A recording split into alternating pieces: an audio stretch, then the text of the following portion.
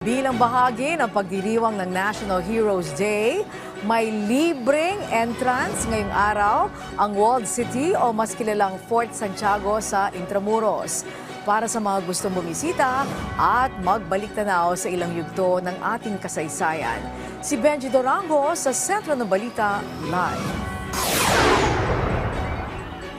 Angelic, para sa mga gustong sulitin ng long weekend, libre ang entrance ngayon dito sa Fort Santiago sa loob yan ng Intramuros. Kasabayan ng paggunita ng Araw ng Mga Bayani. Ito makikita nyo sa aking bandang kaliwa, yan yung tinatawag na Walled City o mas kilala sa tawag na Fort Santiago na libre ngayong pasukin bilang pakikisa ng Intramuros Administration ngayong paggunita ng National Heroes Day.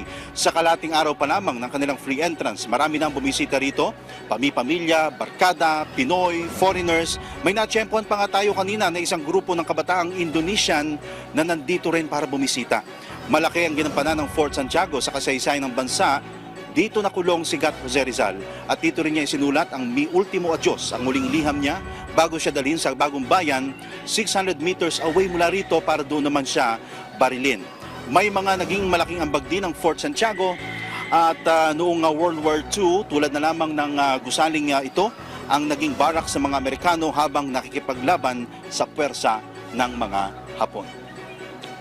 Samantala, Angelic, magandang panahon ngayon dito sa Fort Santiago kaya inaanyayahan ng